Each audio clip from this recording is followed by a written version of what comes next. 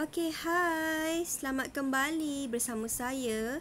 So, hari ini apa yang akan pelajari adalah unit 12 ya, iaitu kebebasan bersuara menjamin kemakmuran negara. Okay. So, hari ini apa yang awak akan pelajari adalah pertama dari segi makna. Makna kebebasan bersuara. Yang kedua, keperluan kebebasan bersuara mengikut batasan. Yang ketiga, cara menyuarakan pendapat mengikut saluran yang betul. Yang keempat, penyalahgunaan hak kebebasan bersuara terhadap keharmonian hidup bermasyarakat. Kelima, perasaan anda apabila menyuarakan pendapat melalui saluran yang betul. Dan yang terakhir adalah amalan hak kebebasan bersuara mengikut landasan undang-undang. Okey, so kita lihat yang seterusnya adalah cadangan nilai. Jadi apabila awak mempelajari unit 12 ini, secara automatiknya adalah awak akan mempelajari ataupun memperolehi nilai kebebasan, nilai keberanian, nilai patriotisme, nilai rasional dan juga nilai bertanggungjawab. Jadi, persoalan yang ingin saya kemukakan hari ini. Bagaimanakah anda mengamalkan kebebasan bersuara? Bagaimana? Adakah boleh anda mengemukakan ataupun menyatakan suara pandangan anda secara umum tanpa ada sekatan undang-undang? Boleh ke tak boleh? Jadi kita akan lihat sekarang dari segi makna atau konsep kebebasan bersuara. Okey, secara konsepnya kebebasan bersuara ini bermaksud kebebasan berucap. Ucapan ucap dan juga mengeluarkan pendapat dengan batasan tertentu. Okey, batasan tertentu Maknanya ada limit, ada limitation, ada had dia untuk mengeluarkan pendapat. Okey, yang awak lihat di skrin sekarang adalah dari segi Undang-Undang Malaysia, iaitu Perlembagaan Persekutuan. Dalam Perlembagaan Persekutuan terdapatnya kebebasan bercakap, berhimpun dan berpersatuan, tetapi kebebasan ini tertakluk kepada fasal 2, 3 dan juga 4 di mana tiap-tiap warga negara berhak untuk bebas bercakap dan juga bebas bersuara. Kemudian semua warga negara berhak untuk berhimpun secara aman tanpa senjata dan semua warga negara berhak untuk membentuk persatuan. So dalam dalam Perlembagaan Persekutuan ini telah pun dipinda. Okey, boleh lihat di sini pada 2009. Ini merupakan adalah Akta Perlembagaan Persekutuan yang membenarkan kebebasan bersuara bercakap ni mengikut batasan undang-undang lah. Maksudnya kita nak bersuara, kita ada limit kita tapi mesti ikut apa yang telah dinyatakan pada fasal ini. Okey, kita pergi yang seterusnya. Jadi apakah keperluan batasan dalam kebebasan bersuara? Okey, yang pertama sekali adalah untuk memelihara ketenteraman awam.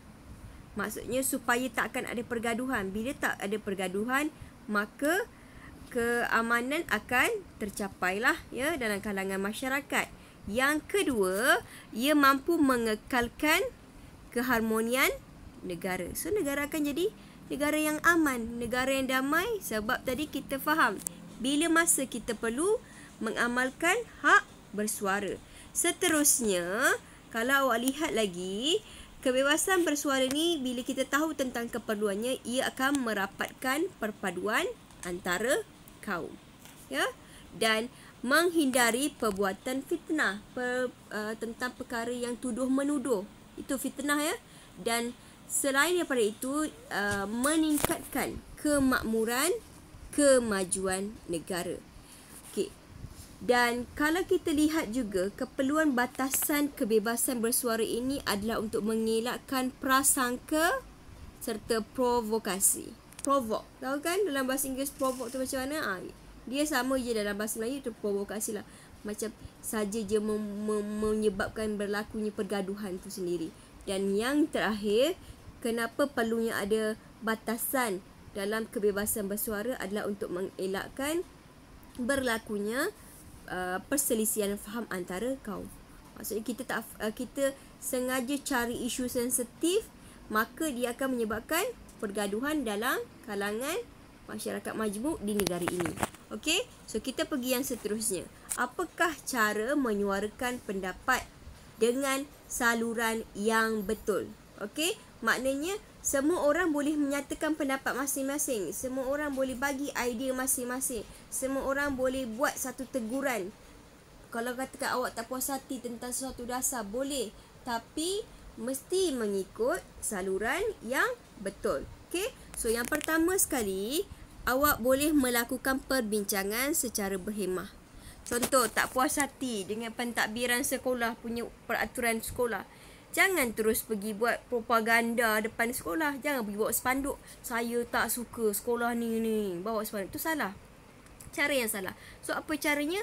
Pergi berbincang secara berhemah. Jumpa pengetua, jumpa PKM, bincang masalah. Secara berhemah bermaksud secara sopan santun lah. Ya, berhemah tinggi. Okey, cara yang kedua adalah mengadakan mesyuarat dalam kumpulan. Okey, bincang dalam kumpulan apa tindakan yang sepatutnya dibuat, apa cara untuk mengambil langkah yang sesuai. Jangan tiba-tiba awak terus terjah. Tak boleh, itu cara yang salah ya. Dan cara yang ketiga adalah menulis surat kepada pihak berkenaan. Yang ini selalu kita nampak. Ya, di mana kalau awak pergi mana-mana saja agensi kerajaan, awak akan nampak peti aduan. So, dekat situ awak boleh tulis surat, kemudian letak dalam peti aduan tersebut. Okey? Dan pihak bahagian informasi ke apa ke kan, yang bahagian untuk agensi kerajaan ni, dia akan ambil surat tu, dia akan bawa ke pentadbiran kalau ada isu-isu sensitif lah dan perlu tindakan segera. Okey. So, cara yang keempat adalah menghubungi Biro Pengaduan Awam melalui laman sesawang. Laman sesawang ni apa? Contohnya macam Facebook, macam laman website dia. Try bagi email. Saya tak puas hati dengan ni. Bagi tahu kat situ. Okey, tu cara yang betul. Dan yang terakhir, menyampaikan aduan melalui peti aduan ataupun cadangan. Okey, yang ini saya sebutkan tadi contoh yang sama saja. Yang nombor 3 tu, menulis surat kepada pihak berkenaan. Okey, so apakah yang seterusnya awak belajar adalah tentang kesan penyalahgunaan hak kebebasan bersuara. Seperti yang saya sebutkan sebelum ni, kebebasan suara tu boleh, tetapi mesti jangan langgar Perlembagaan Undang-Undang Negara, Perlembagaan Negara Malaysia. So, kalau kita langgar juga, kalau kita ingkar kepada Perlembagaan Malaysia ini, maka yang pertama sekali apa yang akan terjadi adalah akan mencetuskan pergaduhan antara kaum. Ya, akan menimbulkanlah khususnya dari segi isu-isu resis ya. Contoh dari segi warna kulit, contoh dari segi agama, budaya.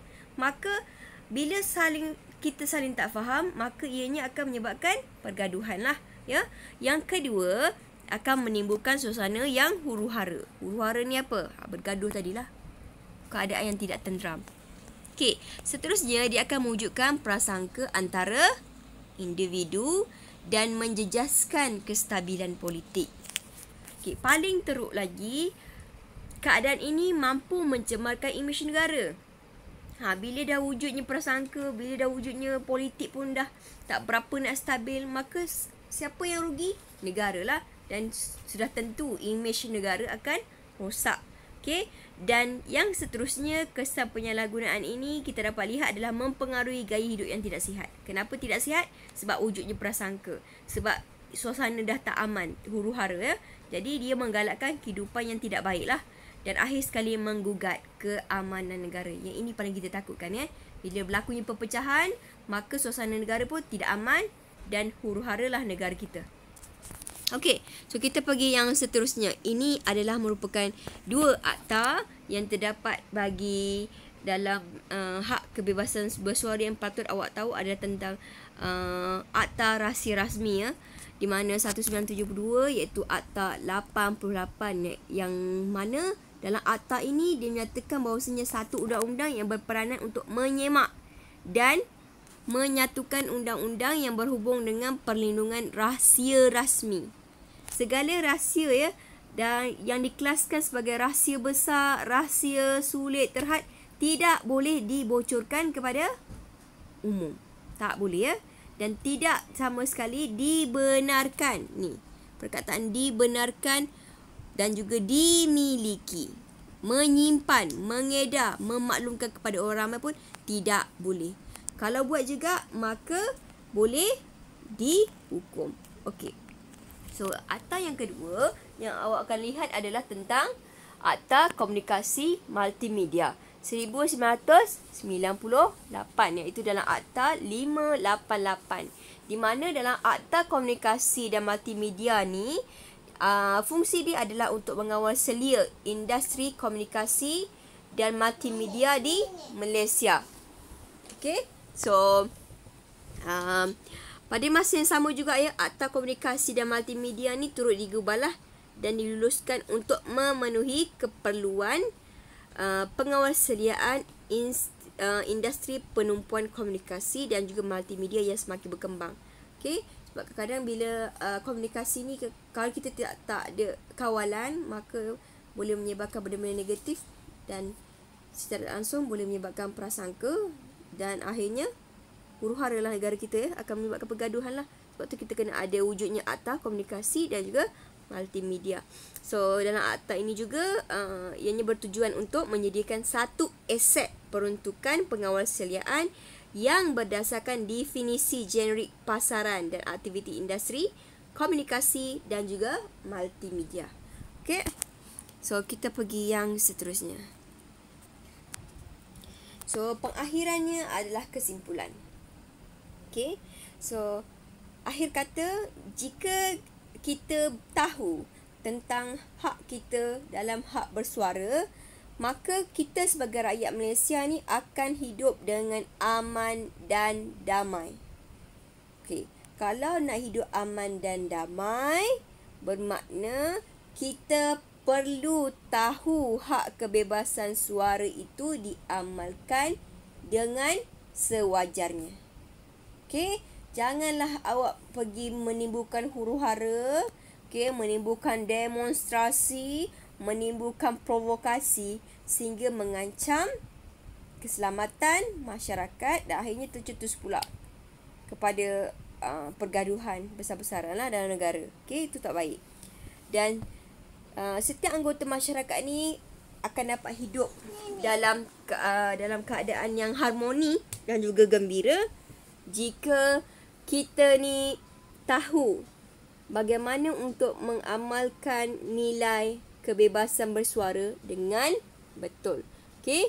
So, sebagai seorang rakyat, sebagai seorang individu, maka kita perlu amalkan nilai patriotisme, mesti amalkan nilai keberanian, ya. So, dua nilai ini hendaklah diamalkan semasa memberikan pandangan selagi tidak mencanggah atau bercanggah dengan undang-undang negara. Boleh bagi pandangan, tapi jangan melampaui batasan, ya. So, selain pada itu, kita perlu juga mengamalkan nilai rasional, di mana nilai rasional ini digunakan untuk menyelesaikan sesuatu isu mengikut saluran yang betul. Rasional ini boleh berfikir dengan baiklah. Adakah tindakan awak buat tu betul ataupun tidak, ya. Dan nilai yang terakhir adalah nilai bertanggungjawab, ya. Di mana nilai bertanggungjawab ini diutamakan semasa berkomunikasi bagi menjamin keharmonian antara masyarakat. Maksudnya, setiap orang kena bertanggungjawab atas segala ucapan, atas segala tindakan kita. Supaya segala ucapan kita, segala tindakan kita ini akan membentuk keharmonian dalam kalangan masyarakat. Okey, so setakat itu sahaja. Sila klik link latihan di bawah dan lengkapkan. Bye, stay safe. Okey, jumpa lagi tahun depan. Bye.